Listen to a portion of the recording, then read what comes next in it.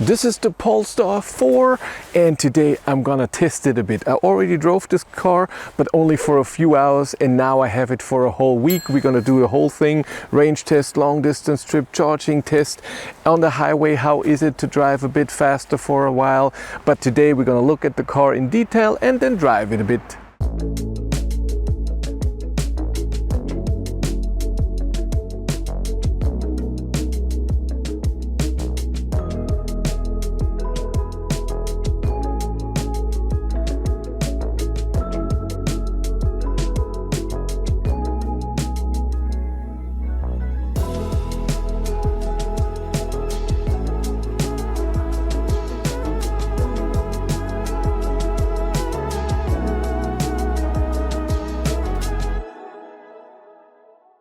If your company has electric cars as company cars, of course you want your employee to charge at home. It's cheaper for you and it's easier for the employee. Tronity has a software solution for you to know how much you have to pay your employee for charging at home. With the Fleet Manager you manage your employees and your cars. Tronity connects to the cars and knows exactly when the car is charging at home and how much. And then you get an easy monthly bill for your employee. If you want to know more, there's a link in the description below.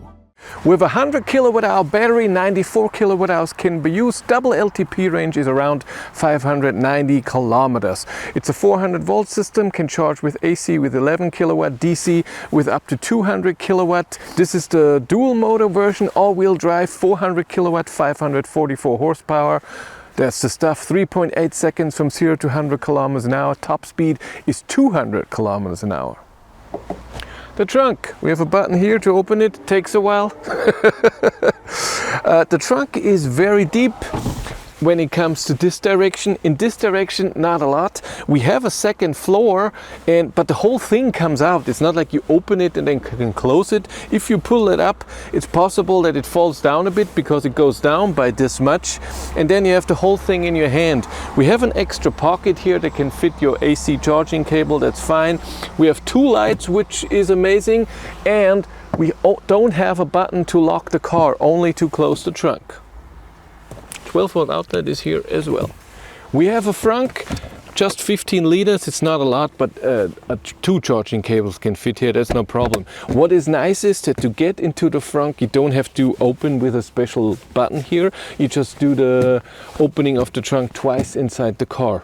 The charge port has an electric door. It opens pretty fast. I like that. We still have a little floppy thing that you have to take out for DC charging, and you have an extra button to close. But the speed is nice.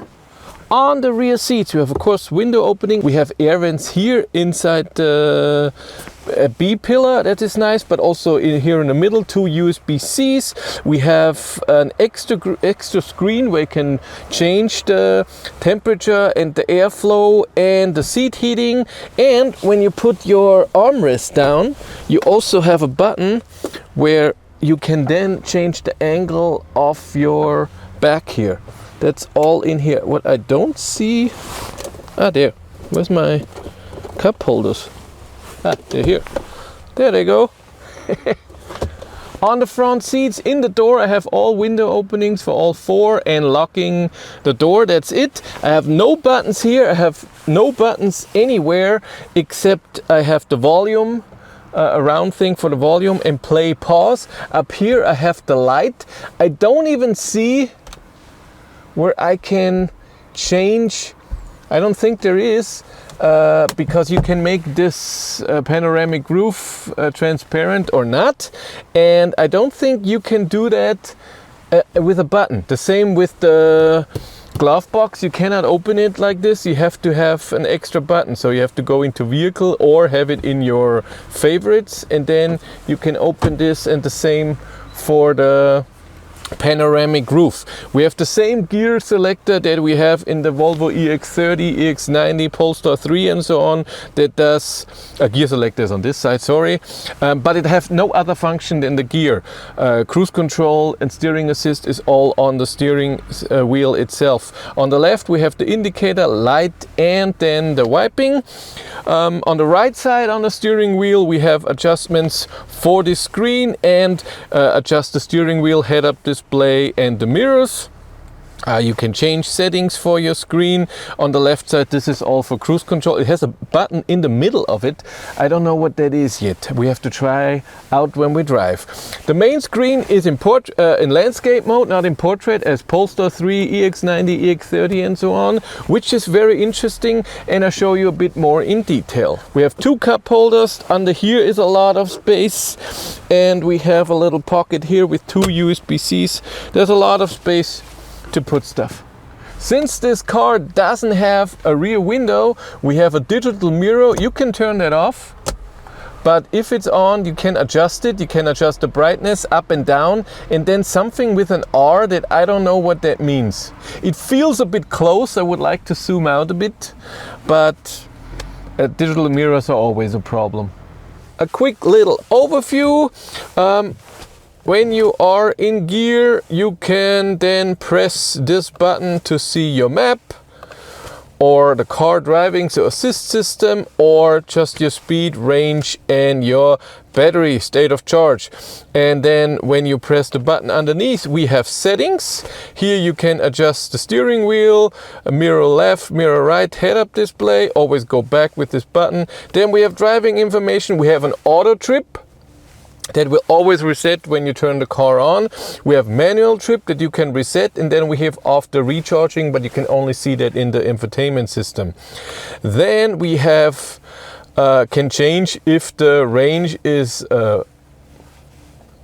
calculated on how you drive or just set, and then we can change for whatever reason kilometers per hour or miles per hour in the settings of the cockpit. I don't know why this is so important that it's in here. Little overview of my normal screen. I go back into park then. Underneath here we have home button which you can't see when you're driving. The steering wheel is a bit in the way. We have all the apps installed. We can install app. This is Android Automotive. We have vehicle settings. I'm gonna go through this in an extra video, explain everything that there is, but you have your fast things that you want to change, and then we have driving, assist, charging, audio, with up here always different things that you can adjust, outside stuff, inside stuff, and other settings. That's all here in vehicle. Then we have the climate. When you press the seat button, you get to massage, where with the dots you can change what the massage should be, and you turn it on here. We have steering wheel heater in 3 settings, seat heater and seat ventilation, the same for the passenger. Then we have the climate. We only have the temperature here because nobody's sitting. I guess that's why we can't change the temperature for the passenger. And then we have settings for the climate. Like my ID.7, it doesn't have adjustable air vents by hand. You do it in here, and then you can just press on this and change it wherever you want this to be. We have settings on the body, away from body, and no air to the body at all. We have little shortcuts here. We have, of course, auto, parking if you go out. We have animal mode, climate should stay on with a timer, air quality and other settings, the timer for seat heating and seat ventilation, and automatic stuff in here, which is nice. And then of course for the passenger and for the rear passenger as well, seat heating and manual or auto, of course AC, eco mode and stuff like this. Then we have our normal view. We have Google Maps here. This can be full size if we want that, but we can take this over here. We can make it bigger, smaller. If we only want it like this, you can change this by long press, and then you can say in these 4 things what you want to have. You just press it and put it over. We have a dash cam that you can record, by the way, which is awesome. We have favorite buttons here that I put in, and you can change those just by edit and then press long, and then you put in something else. I have in here my overspeed warning and lane assist. I have the reduced alarm system if I leave the dogs in the car. I have adjustment of the steering wheel. Is not that important, but I have it in here. I have that they have full power and that I can open the trunk. Then I have my phone and I can have trips. Like I said before, we have a manual trip that I can reset. We have the auto trip, and since last charging, which by the way is not true, I haven't charged this car, which is weird. Maybe because I put in a new user. And like I said, here are all my apps and other stuff that I can put. I have Spotify on here, my phone, pictures, ambient light. It's done with planets and nice little information. I like that a lot. And then you can just put in whatever you want. It's just the colors of those, and then the ambient light is different. Earth right now is, for example, blue. And then we have here the cameras, which you can adjust, and 3D as well. Can I? Yes, I can. And settings to them, stuff like this. And then we have a defrosting, and we have our Android assistant, Google Assistant. Before we drive, something important that I always forget to say. So this car has a glass roof. The camera here in the middle that films this is attached to the glass roof with suction cups. So it's a bit wobbly. It's not perfectly, I have stabilization on and everything, but still, if this wouldn't have a glass roof and I can put my rod in, I'm not doing this here because I'm scared I'm gonna break something, then it would look way more stable, just so you know. The car feels very sophisticated.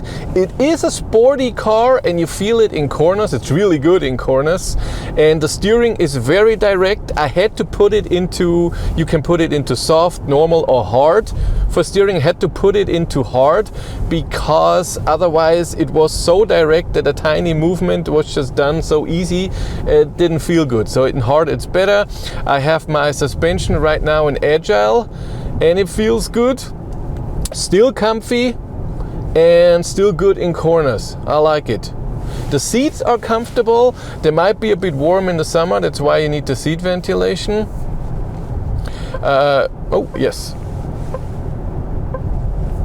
That's my overspeed warning.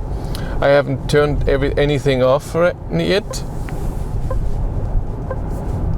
I had 4 or 5 little bings.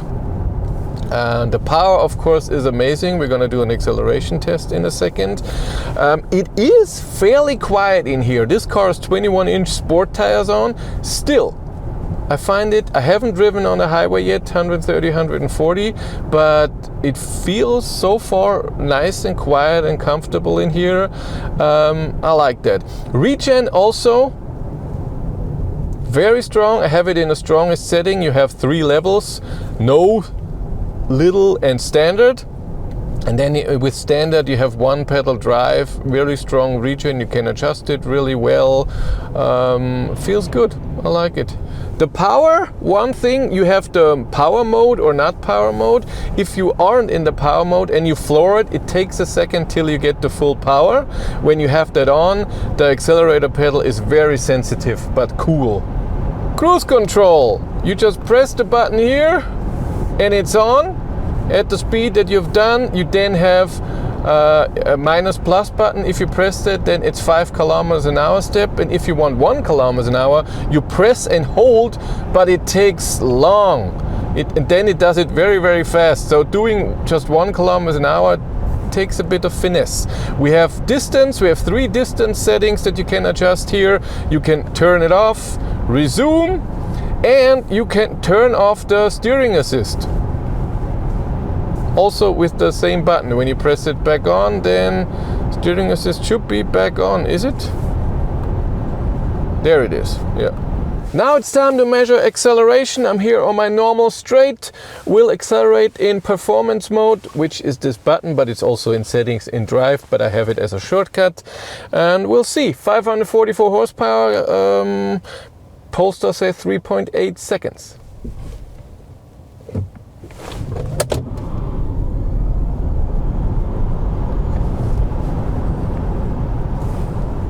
I got a bit of spinning wheels. A great acceleration. The camera didn't move, which is a surprise. 3.84 seconds, but measurement says it's invalid. It was a bit uphill. Now it's time to go on the highway. Top speed is 200 kilometers an hour. We'll see if we can drive this today. But I also want to see how it behaves and loudness level at 130. I just found if you have this, the cruise control off and you press the distance button, or any of these buttons here, distance or plus minus for the speed, you can adjust a few things. You can adjust a power mode, a speed limit warning, and the regen level. 130.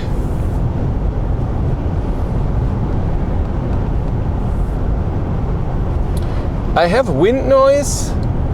I have to drive it a bit longer with podcasts, listening to voice to know if this could be a problem. By the way, I noticed warmth, so temperature of the climate, you have to put it a bit higher.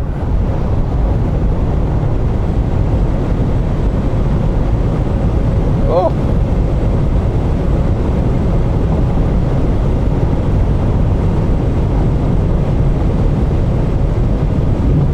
Yeah, as I noticed already when I drove this car a year ago, the top speed 200, it feels really good.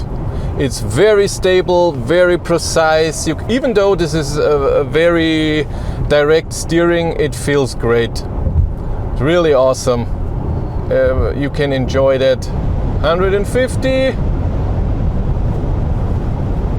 Bit more wind noise, but not that much. It's okay. Also something I noticed, the seat heater is on 3 for the last 20 minutes. I barely feel it. It's a bit warm, but in the winter I would be freezing. What did we learn today? The Polestar 4 drives really nice. Again, I have to see it on a longer trip on the highway if the noise level is a problem or not. But it's very comfortable, very stable, even at higher speeds. We're gonna see the range in my range tests. The software I'm okay with. A few weird things, weird decisions, but everyone has their own opinion. Overall, it drives great and it's comfortable, and that's what I like. If you want to follow me on Instagram, BatteryLife1, and if you want to support the channel, there's a Patreon link in the description below. And here on YouTube, there's also channel membership. And if you want to know what's happening behind the scenes, I have a third YouTube channel, Behind the Battery. But that's it for me. Thank you much for watching. Have a great day and take care. Bye.